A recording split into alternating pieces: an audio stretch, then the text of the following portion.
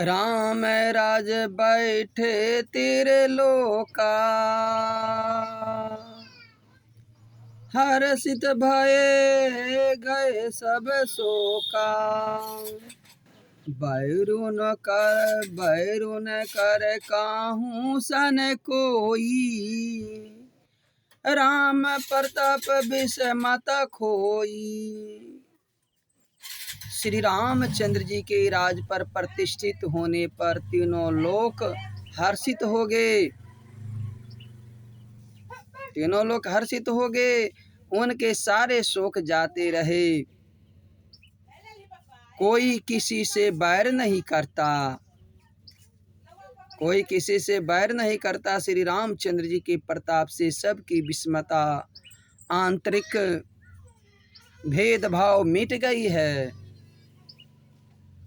गंधर्वों हर्षित हो गए, गंधर्वों हर्षित हो गए और फूल के वर्षा बरसा रहे अवध में। बरना शरम निज निज, धर्म निरत विद पथ लोग।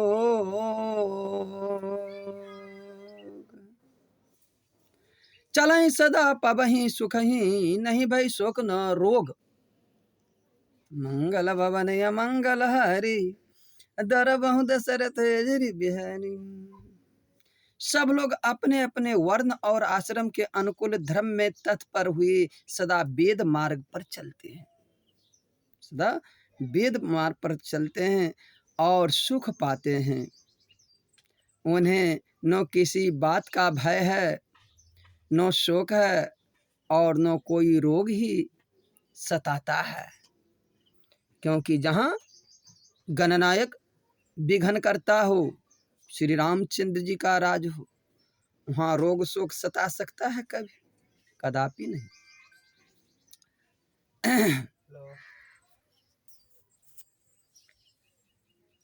दही दैविक भौतिक तापा,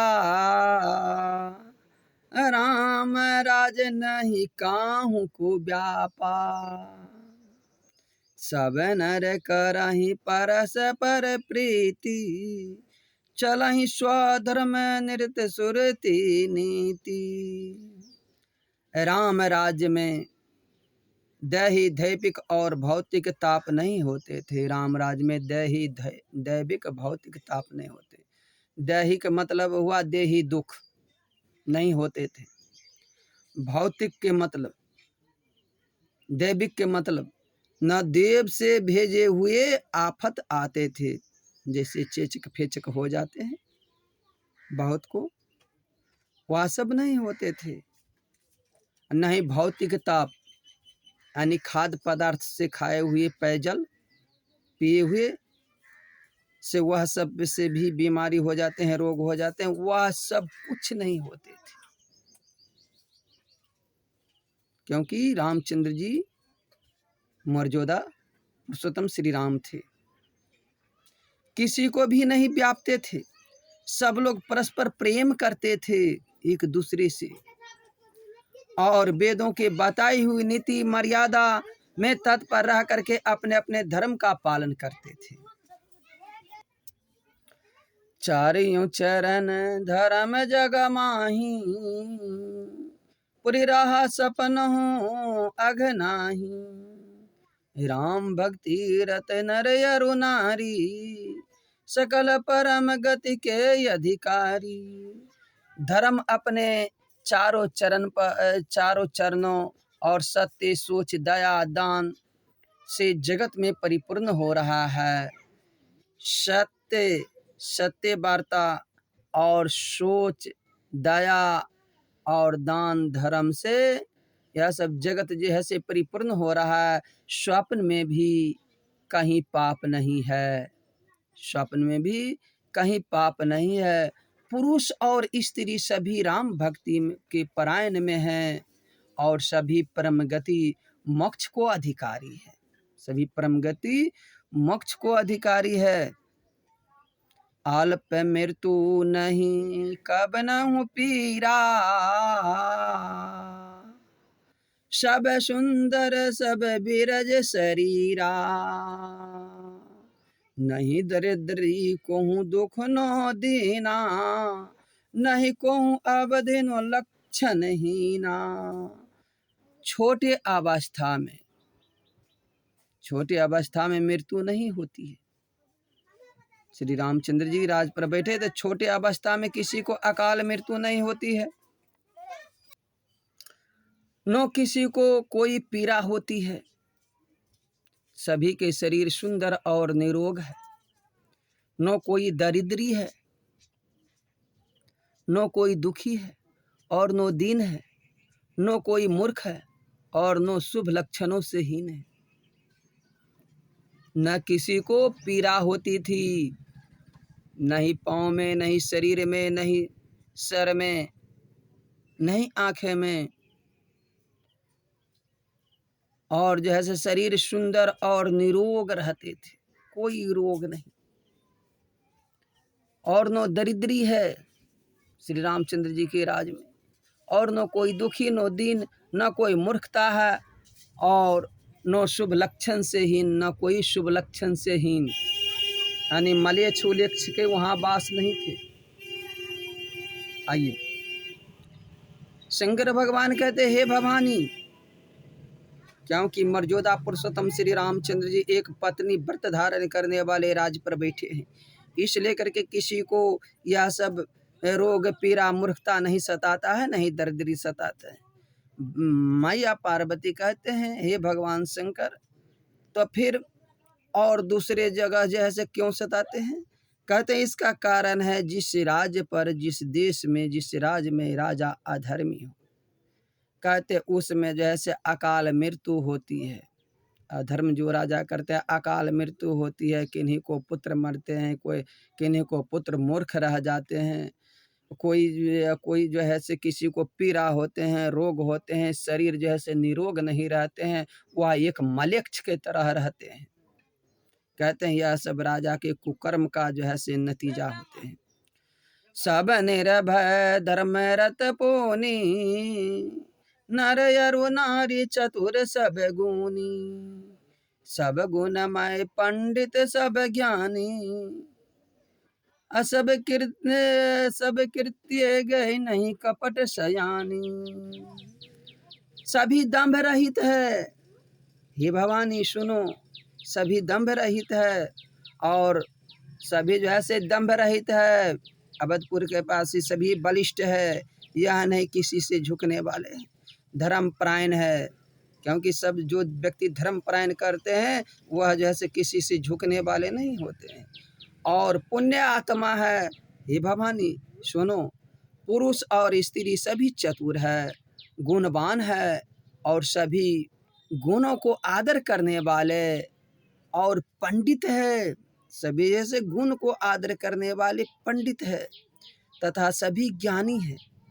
कभी सभी कृतज्ञ, दूसरे के किए हुए उपकारों को मानने वाले हैं, दूसरों को किए हुए उपकार जो करते हैं उनको मानने वाले हैं।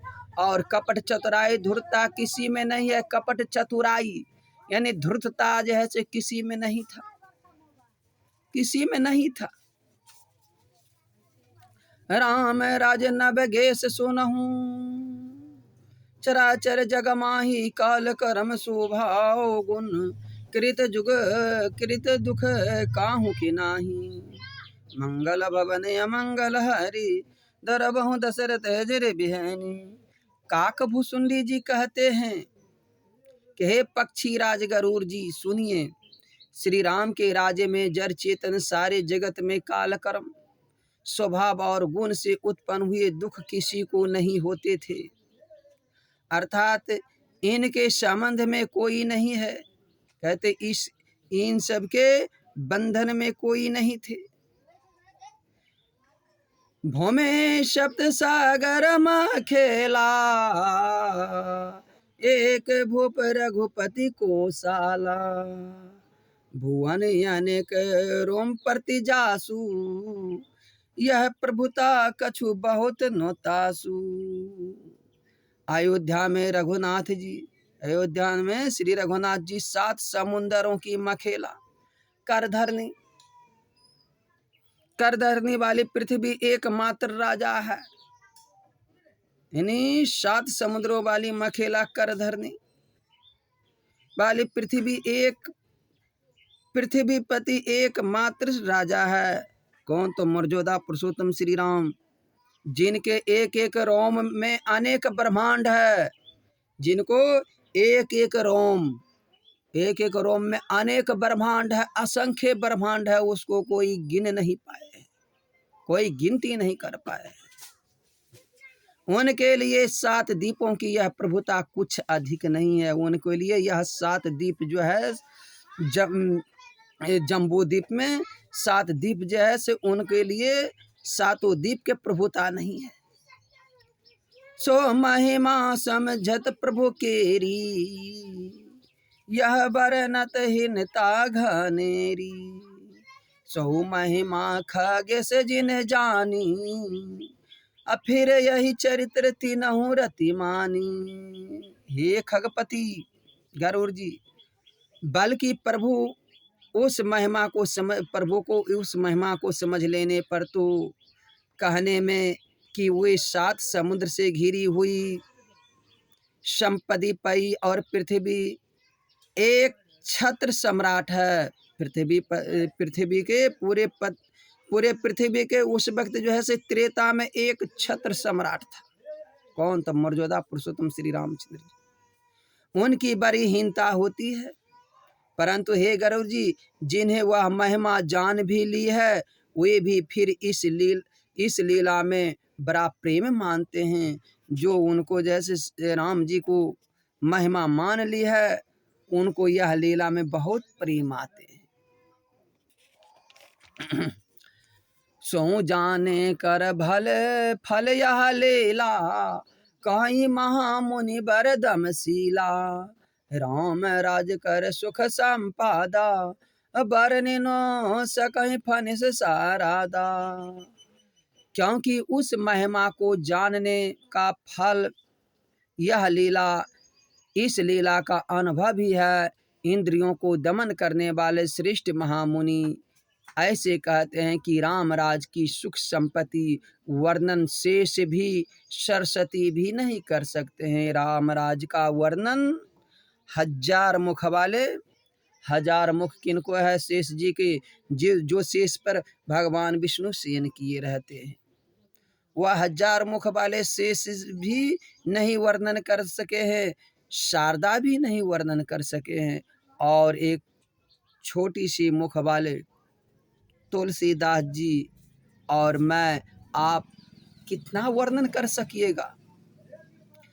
सब उदर सब पर उपकारी, विपरीत चरण सेवक नर नारी।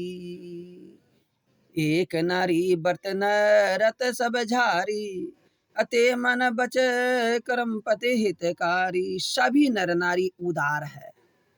अवधपुर को सभी नर नारी उदार है, सभी परोपकारी वृक्ष के तरह है, और सभी ब्राह्मणों के चरण की सेवा करते हैं। सभी ब्राह्मणों के चरण की सेवा करते हैं, गुरु वशिष्ठ को सेवा करते हैं, और ब्राह्मणों के चरणों के सेवक है। सभी पुरुष मात्र एक पत्नी व्रत है। सभी पुरुष जो है से एक पत्नी व्रत है, और इसी प्रकार स्त्रियां भी मन वचन और कर्म से पति को हित करने वाली है। दंड जत नहीं कर भेद जहां, न तर्क नृत्य समाज। जीतहु मन सुवन यसा, रामचंद्र के राज। मंगल भवन अमंगल हरे, दरबहु दशरथ जय बेनी।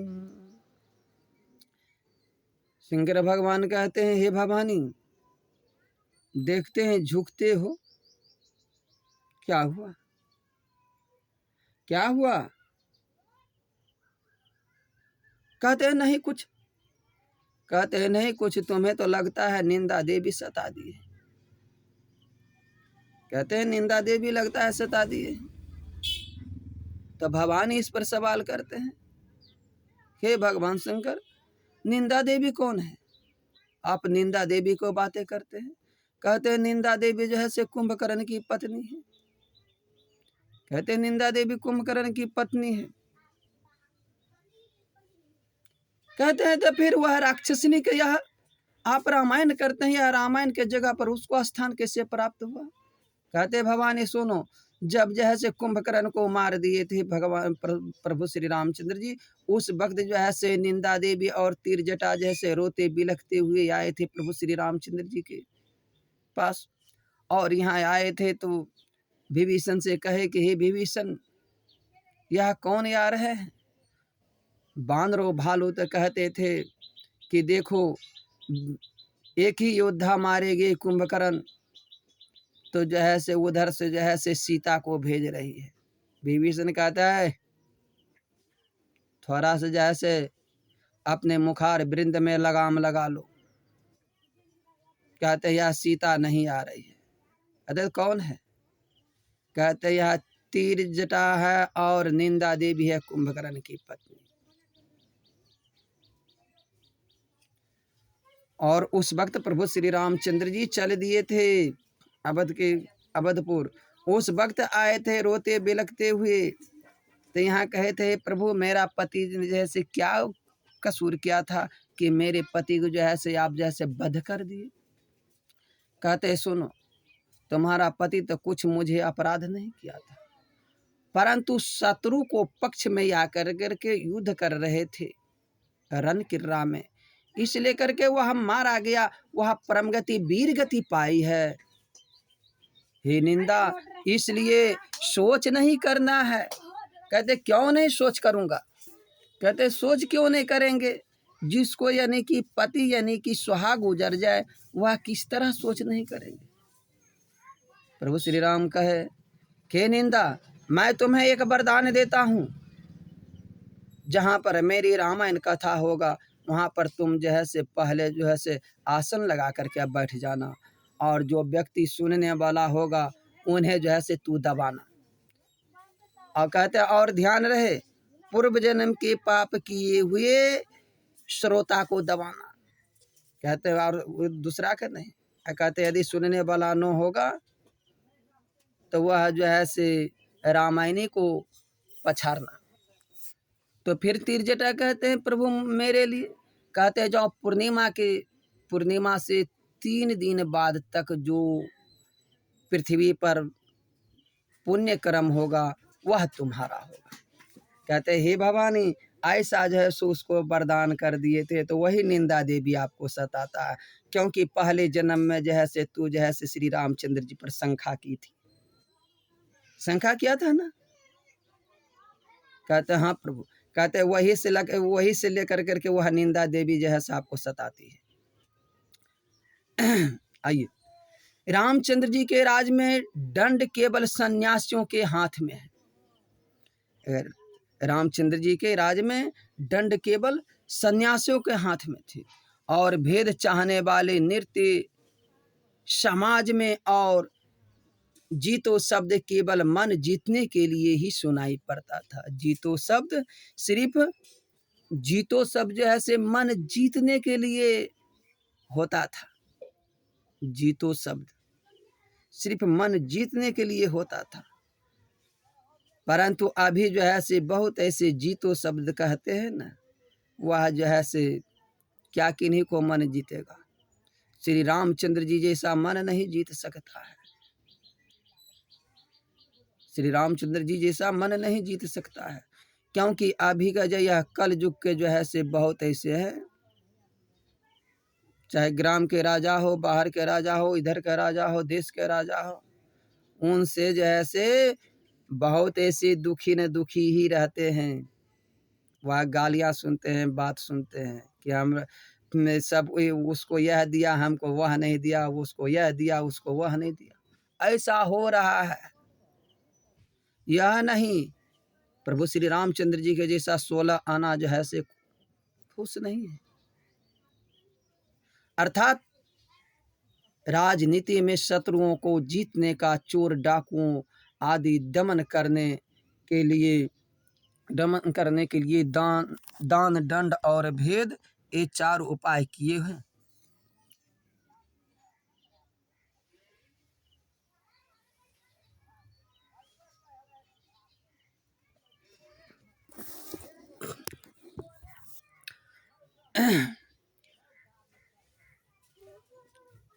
दंड केवल सन्यासियों के हाथ में है और दंड के लिए ही रह गया, तथा सभी अनुकूल होने के कारण भेद नीति और आवश्यकता ही नहीं रह गई है।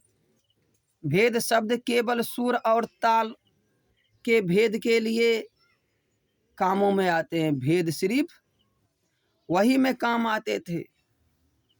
त्रेता युग में भेद होते थे क्या चीज से? सुर और ताल के लिए भेद होते थे, या भेद नहीं, मतभेद नहीं होते थे।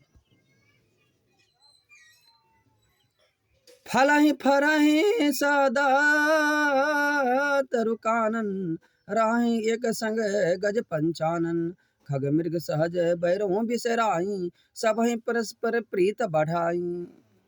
वनों में वृक्ष सदा फूलते हैं, फलते हैं। हाथी और सिंह बैर भूल करके एक साथ रहते हैं। पक्षी और पशु भी स्वाभाविक बैर भूल करके आपस में प्रेम बढ़ा लिया। कूजहि खग मृग नाना वृंदा, अभय चरहि बन करहि आनंदा, शीतल सुर भी पवन बह मंदा, गुंजत अलीले चलहि मकरंदा। पक्षी गूंजते हैं और मीठी बोली बोलते हैं। पक्षी गूंजते हैं, मीठी बोली बोलते हैं। भांति भांति के नाना प्रकार के पशुओं समूह वन में निर्भय विचरते हैं, आनंद करते हैं। शीतल मंद सुगंध पवन चलता रहता है। भौरे पुष्पों को रस ले करके चलते हुए गुंजार करते हैं। लता बिपट मांगे लता बिपट मांगे मधु चबहि, मन भावत धेनु पै शत्रबहि, शशि संपन्न सहदाय धरनी, त्रेता भय कृत जुग के करनी। और बोले और वृक्ष मांगने से ही मीठे फल मकरंद टपका देते थे। गोए मन चाहने वाले दूध देते थे। धरती सदा खेती से भरी रहती थी। त्रेता युग की और सतयुग की करनी स्थित हो गई। त्रेता युग में सतयुग की करनी स्थित हो गई। प्रगट हैं गे रहे बेबेधे मनि खानी, जगदात्मा भूप जग जानी, श्रीता सकल बहाही बरबारी, शीतल अमल स्वाद सुखकारी। समस्त जगत के आत्मा भगवान को, जगत को राजा जान करके पर्वतों ने अनेक प्रकार की मानियों की खाने प्रकट कर दी। जगत के राजा जान करके पर्वतों ने अनेक प्रकार के मानियों की खान प्रकट कर दी। सब नदियां श्रेष्ठ शीतल निर्मल और सुखद पर्द और स्वादिष्ट जल बहने लगी। हर एक बेला में जो है से सुखद स्वादिष्ट जल बहने लगी।